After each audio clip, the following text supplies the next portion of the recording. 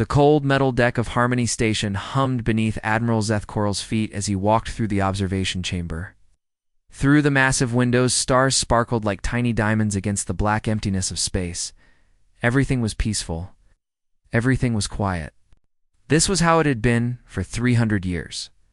Zethkoral's pale, translucent skin caught the starlight as he moved. His people, the Zephyrians, had built this station to watch over 47 different star systems. Each system had planets, full of different alien races. All of them lived in perfect harmony now. There were no wars, no fighting, no arguments that could not be solved with gentle words and patient thoughts. The Admiral's aide, Belthane, appeared beside him without making a sound. Her feet barely touched the floor as she glided across the room. Like all Zephyrians, she could speak without using her mouth. Her thoughts flowed directly into his mind like water flowing into a cup. "The morning reports are ready, Admiral," her mental voice whispered inside his head. "All worlds report complete peace. Trade ships move safely between systems. The people are content?" Zethkoral nodded slowly. No. His own thoughts spread outward through the station like ripples in a pond. Every Zephyrian on board could feel his satisfaction. This was their gift. They could share thoughts and feelings with each other. It made them stronger, made them united. He remembered the old days before the Confederation brought peace to this part of the galaxy. Back then, different alien races fought each other constantly. The blue-skinned Mordock clans attacked anyone who came near their planets. The crystal-like Vecti tried to solve everything with cold mathematics. The water-breathing Deepborn sang their strange songs while raiding trading ships. It had been chaos. Pure, ugly chaos. But the Zephyrians had changed all that. They did not use weapons or force. Instead, they used their mental gifts to help other races see the beauty of working together. Slowly, carefully, they had guided each species away from violence. They showed them how much better life could be when everyone thought the same way. "Remember the Battle of Kresh Prime, Zethkoral?" asked Belthane, though he knew she could already see the memory in his mind. 63 years ago?" She replied, "The last time blood was spilled in our sector, the Mordock had been the most difficult to help. Their warriors loved fighting so much that they would rather die than give up their weapons. But even they had eventually understood. The Zephyrians had spent decades working with them, sending teachers and diplomats. Little by little, the Mordock learned to find purpose in building things instead of destroying them. Now, former Mordock warriors worked as construction crews, building beautiful cities on empty planets. Their children learned art and music instead of sword fighting. They were happier. Everyone could see that they were happier. Zethkoral walked to his command chair, a smooth seat that seemed to grow from the floor itself. The chair connected to his nervous system, letting him feel the pulse of the entire station. He could sense the thoughts of every crew member. He could feel their calm, organized minds working together like parts of a perfect machine. "Status of the outer patrol ships?" he asked. "All report normal conditions," Belthane answered. "The trading route to the Vecti crystal mines is busy today. 3 Deepborn art ships are traveling to the cultural exchange on Kepler 7. Everything moves as it should." The Admiral closed his eyes and reached out with his mind, trying to touch the thoughts of beings across the entire sector. It was like listening to a beautiful song with 47 different voices, all singing the same notes. No discord. No arguments. Just perfect harmony. This was what peace looked like. His thoughts drifted to the species they had helped over the centuries. Each one had their own special qualities, but they had learned to use those qualities for the good of everyone. Strength now built instead of destroyed. The Vecti's mathematical minds helped plan better cities and trading routes. The Deepburn's artistic nature created beautiful works that brought joy to all the other races. Sir Belthane's mental voice carried a tiny note of curiosity. "The deep space monitors are picking up some strange readings from the edge of our territory." Zethkoral opened his eyes. "Strange how? Very faint signals. Probably just cosmic radiation or debris from an old battle. The computers can barely detect it." Admiral nodded and dismissed the thought. Sometimes old wreckage from the violent days would drift through space for decades before their sensors found it. It was just a reminder of how much better things were now. He stood up and walked back to the observation windows. Out there, billions of beings lived their lives in peace. Children played safely on their homeworlds. Parents worked without fear of war. Grandparents told stories of the old violent times. The young ones could barely believe such darkness had ever existed. The skies were silent. In that silence, Zeth Coral found everything beautiful. It was the sound of a job well done. It was the sound of perfect order. It was the sound of peace that would last forever. At least that was what he believed. Captain Hannah pressed her fingers against the smooth control panel of her scout ship. The Seeker's Dream. The vessel was small and beautiful, built from the same crystal-like material as all Zephyrian ships. It moved through space without making any sound, gliding between the stars like a ghost. "The readings are getting stronger," said her navigator Minho from his seat beside her. His thoughts flowed into her mind, carrying worry and confusion. These signals, they hurt to listen to. Hannah had been exploring space for 20 years, but she had never encountered anything like this. The signals came from ships that moved in ways that made no sense. They traveled too fast, changed direction too quickly, and sent out electromagnetic waves that felt like sharp needles in her brain. "Try to make contact again," she told Minho. "Use the standard peace greeting." Closed his eyes and reached out with his mind, sending thoughts of friendship and welcome toward the unknown ships. But instead of touching another consciousness, his mental probe hit something that felt like a wall made of pure chaos. Random thoughts, angry emotions, and wild dreams all mixed together in a storm that made him pull back with pain. "Cannot reach them," he said, holding his head. "Their minds are like ...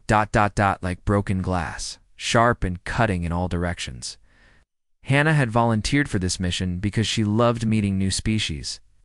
It was always beautiful when the Zephyrians found another race ready to join the peaceful community of the galaxy. She would arrive with gifts and gentle words, showing them the benefits of working together instead of fighting. But these new beings were different. They did not want peace talks. They did not respond to mental contact. They just kept moving.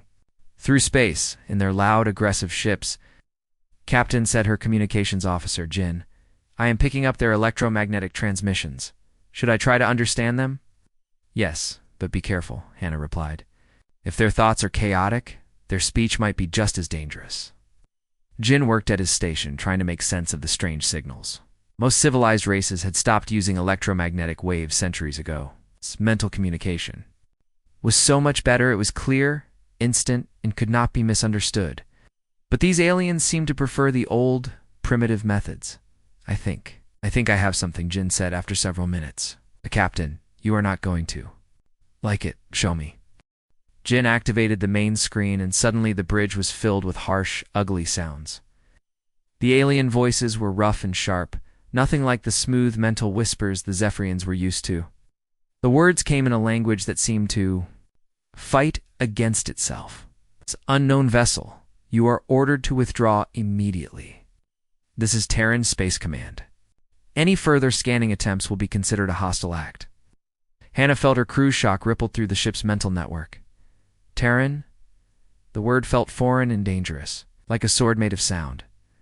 They are giving us orders," Minho asked, his mental voice filled with disbelief. "Impossible," Jin added. "No one gives orders to the Confederation. We bring peace. We bring harmony. We are the teachers, not the students." But Hannah was studying the sensor readings more carefully. These Terran ships were not just different, they were wrong. They moved like predators hunting prey. Their weapons were crude but powerful, designed to destroy rather than disable. Everything about them spoke of violence and chaos. "Try a passive scan," she ordered. "Just a gentle probe to see what kind of beings we are dealing with." Jin operated the sensors carefully, sending out the weakest possible scanning beam toward the nearest Terran ship. It was the kind of scan they used on new planets to check for life. It's completely harmless and almost undetectable. The response was immediate and terrifying. A focused energy beam lanced out from the Terran vessel, striking the Seeker's Dream with enough power to overload half their systems. Sparks flew from control panels, and the lights flickered as the ship's power grid struggled to recover. "Damage report," Hannah called out, her usual calm shattered by the unexpected attack. Shields down to 60%, Jin reported, his hands flying over his controls. Main sensors are offline. Navigation is working, but barely. They did not try to destroy us, Minho said, studying the readings. That beam could have cut us in half, but they held back. Yes, it was a warning. Another transmission came from the Terran ship, and this time the voice sounded even more dangerous. Final warning, alien vessel. Withdraw beyond the outer marker, or we will be forced to take defensive action. You have 60 seconds to comply. Hannah looked at her damaged ship and her frightened crew. In 3 centuries of peaceful contact, nothing like this had ever happened. No species had ever threatened the Zephyrians. No one had ever told them to leave. Captain Minho whispered. What do we do? Hannah stared at the screen showing the Terran ships. They were spreading out in attack formation, their weapons charging with visible energy. These beings did not want to talk. They did not want to learn. They only wanted the Zephyrians to go away. We withdraw, she said finally, but we watch and we learn. Terrans may not want peace now, but everyone wants peace eventually. We just need to find the right way to teach them. As the Seeker's dream limped away from the Terran fleet, Hannah could not stop thinking about those chaotic, unreadable minds. For the first time in her life, she had met beings that her people could not understand or help, and that frightened her more than their weapons ever could. Admiral Jiho stood on the bridge of his massive warship, watching the enemy stations grow. Larger on his screens, the Freedom's voice was the biggest ship in the human fleet, with thick armor and enough weapons to destroy a small moon.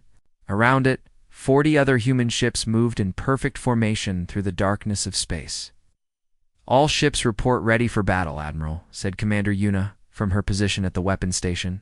Her fingers danced over the controls as she checked each gun and missile launcher. The Zephyrians don't know we're coming. Jiho nodded, his face hard and determined. He had spent 3 years planning this attack after listening to the refugees who had escaped from Zephyrian space. Their stories were all the same, peaceful aliens who had slowly lost their ability to think for themselves. Entire cultures wiped out not by bombs or bullets, but by gentle mental control. Remember, he said into his communicator, speaking to every human ship in the fleet, we are not here to destroy. We are here to free the prisoners. These Zephyrians think they bring peace, but they bring slavery. The human fleet had traveled for months to reach this place. They had hidden in empty space, studying the enemy and learning their weaknesses. The Zephyrians were advanced in many ways, but they had one major flaw. They could not read human. Mine, sir, called out Lieutenant Day from the sensor station. Enemy ships are approaching, 12 of them moving slow and steady. They're trying to get inside our heads. Jiho felt a strange tickling sensation in his brain, like tiny fingers trying to open doors that did not exist. The Zephyrians were using their mental powers, trying to make the humans feel calm and peaceful. Oh, they wanted to stop the fight before it started by making everyone friends. But human minds were different. Where other aliens had smooth, organized thoughts that could be easily influenced, humans had chaotic, wild minds full of random ideas and strong emotions. The Zephyrian telepathy hit their consciousness like waves hitting a rocky shore. It just broke apart and disappeared. Doesn't work on us, does it? Yuna said with a grin. They must be getting confused right about now. All weapons target the enemy ships, Jiho ordered. Disable them. Don't destroy them. We need prisoners who can tell us about their control. Systems. The first shots lit up the darkness like lightning. Human laser cannons and missile launchers opened fire, sending streams of deadly energy toward the Zephyrian vessels. The enemy ships had shields, but they were designed to stop other Zephyrian weapons. They had never faced the raw, brutal firepower that humans preferred. Direct hits on 3 enemy vessels, Yuna reported. Their shields are down. They're trying to retreat. But retreat was not an option. More human ships appeared from behind asteroids and small moons where they had been hiding. The Zephyrians found themselves surrounded by enemies they could not control or understand. This is Admiral Jiho of the Terran Liberation Fleet. He broadcast on all frequencies, speaking in the Zephyrian language that his computers had learned. Surrender now, and no one will be hurt. We know what you have done to the other races. Your time of control is over. The Zephyrian commander, Admiral Zeph Coral, appeared on the main screen. pale, translucent face showed shock and confusion. In 300 years of peace, no one had ever attacked his people like this. "We do not understand," he said, his voice smooth and calm, despite the battle raging around him. "We bring peace to all species. We end war and suffering. Why do you attack us?" "Because peace forced on others is not peace at all," Jiho replied. "It's slavery. You have stolen the minds of billions of beings, made them forget who they were. Today we set them free." The battle was over quickly. Human ships were built for war, while Zephyrian vessels were designed for exploration and diplomacy. Within an hour, half the enemy fleet was disabled, and the rest were running away as fast as they could. "Landing ships are ready, Admiral," reported Commander Sona, who led the ground forces. "We can start liberating the planets immediately." "Do it," Jiho said. "But remember, the moment we land, the mental control will start breaking down. The aliens down there might remember things they haven't thought about for decades. Some of them might be angry. Some might be scared. Help them understand what's happening." The first planet they attacked was a Mordock world. The blue-skinned warriors had once been the fiercest fighters in the galaxy, but under Zephyrian control, they had become peaceful farmers and builders. As human soldiers landed and set up special machines that blocked telepathic signals, something amazing happened. The Mordock began to remember. They remembered their battle songs. They remembered their warrior codes. They remembered the pride they once felt in their strength and courage. Some of them looked at their farming tools and threw them away, running to find weapons instead. "It's working," Sona reported from the planet's surface. "Control is breaking down faster than we expected. They're remembering who they used to be." Jiho smiled as he watched his screen show similar scenes on other worlds. The humans had not just won a battle, they had started a revolution. Every freed mind would make it harder for the Zephyrians to control the others. The silent skies were about to become very loud indeed. Captain Sora stepped off her landing ship onto the red dirt of the Mordock homeworld. The air smelled of metal and smoke, just like the old stories said it should. But something was wrong. The blue-skinned Mordock people who came to meet her moved too slowly, spoke too softly. Their eyes looked empty, like someone had taken away their fire. "Set up the neural blockers," she ordered her soldiers. "Full power, maximum range." The humans worked quickly, placing strange metal boxes around the landing area. When they switched the machines on, invisible waves spread out across the planet. These waves could not hurt anyone, but they did something very important. They blocked telepathic signals from reaching anyone's mind. At first, nothing happened.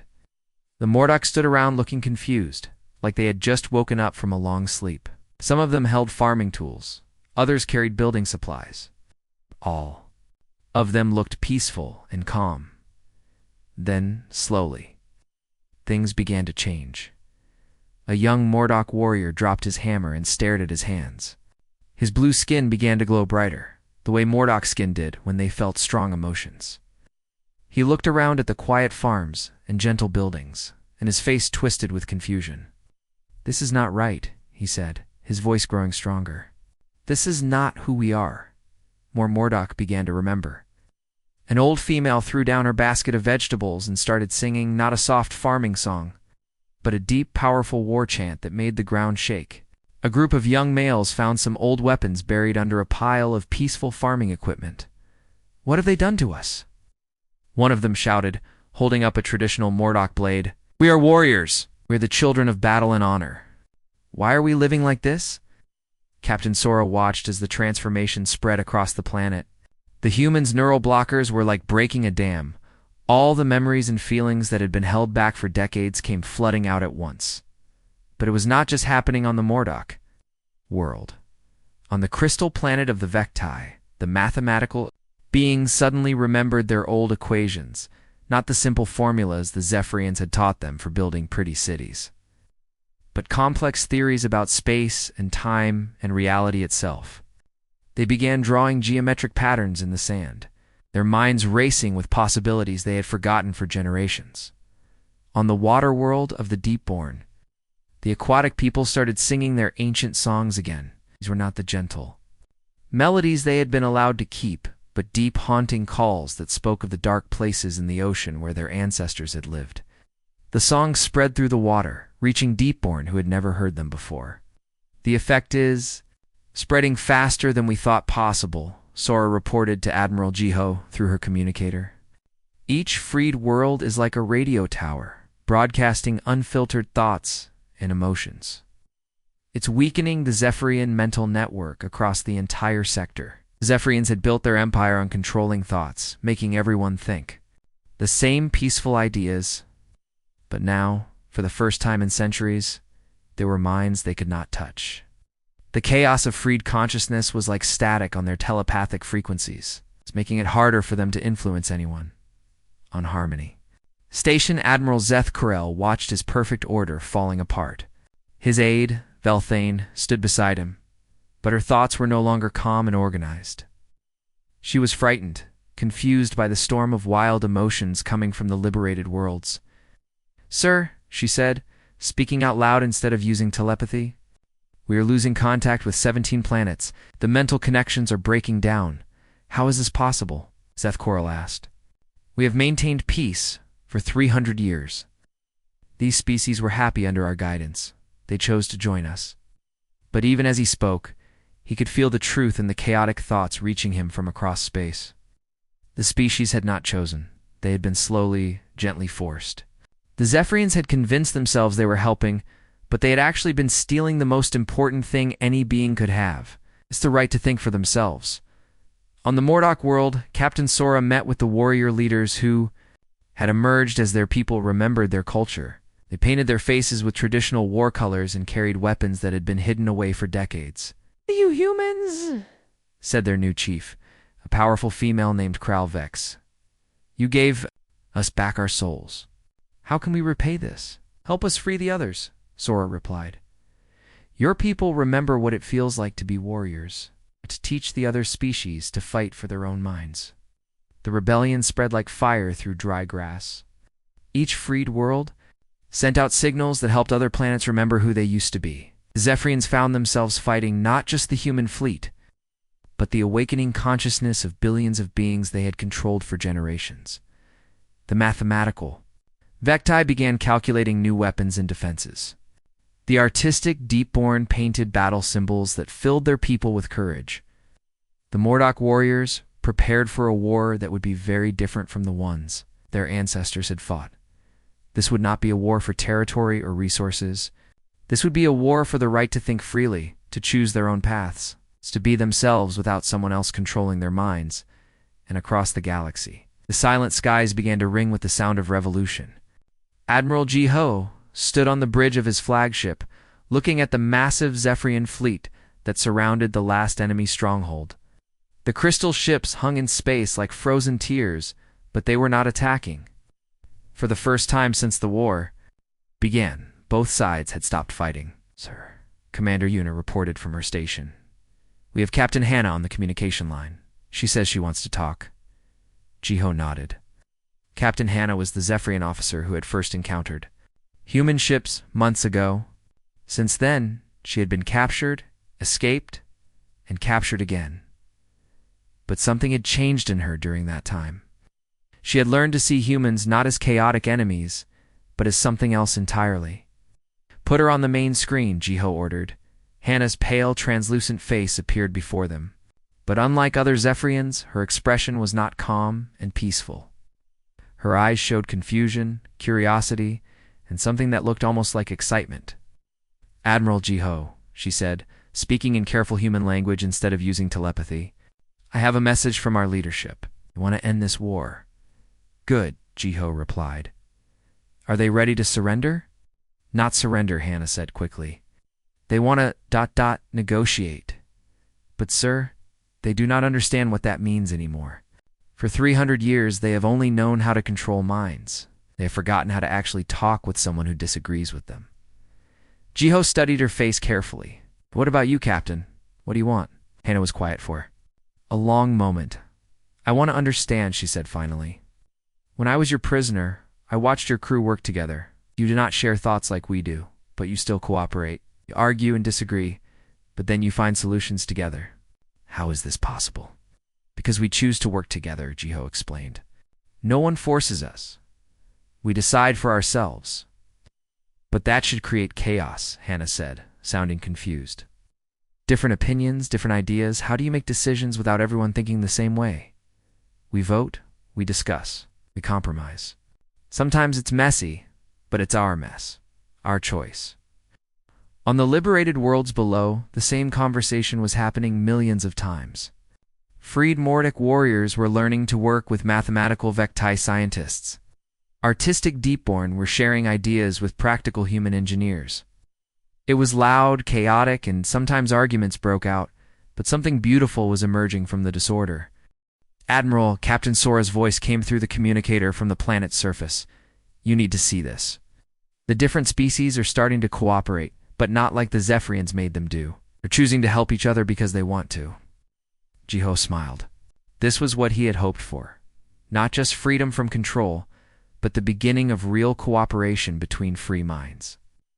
Captain Hannah, he said, turning back to the screen, I have a proposal for your people.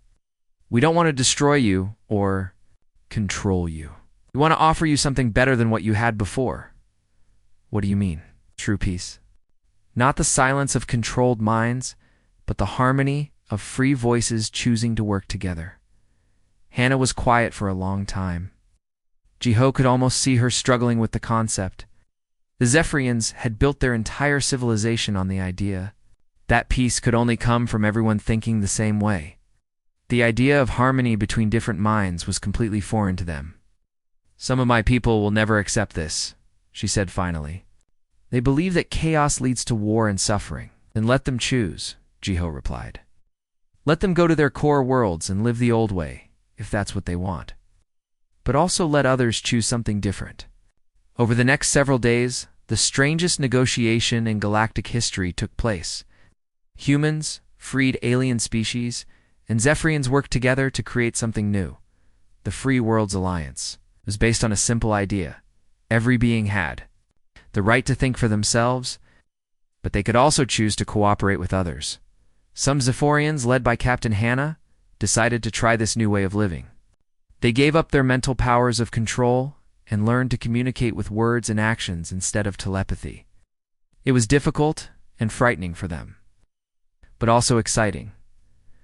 Other Zephyrians retreated to their innermost worlds, where they continued to share thoughts and live in their old collective harmony. But now they did so only with others who truly wanted that life, not with beings they had forced to join them.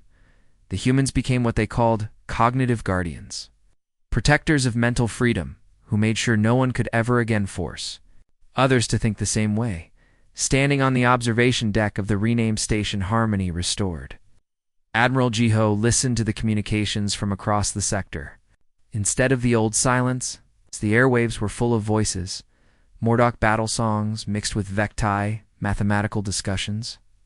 Deepborn art critiques blended with human engineering debates. It was loud. It was chaotic.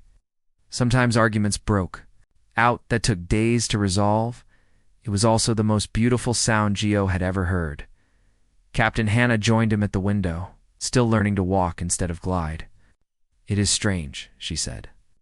All these different voices, all these different ideas, but somehow it works. That's freedom, Jiho told her. Messy, loud, complicated freedom. The skies were no longer silent, and that was exactly how they should be.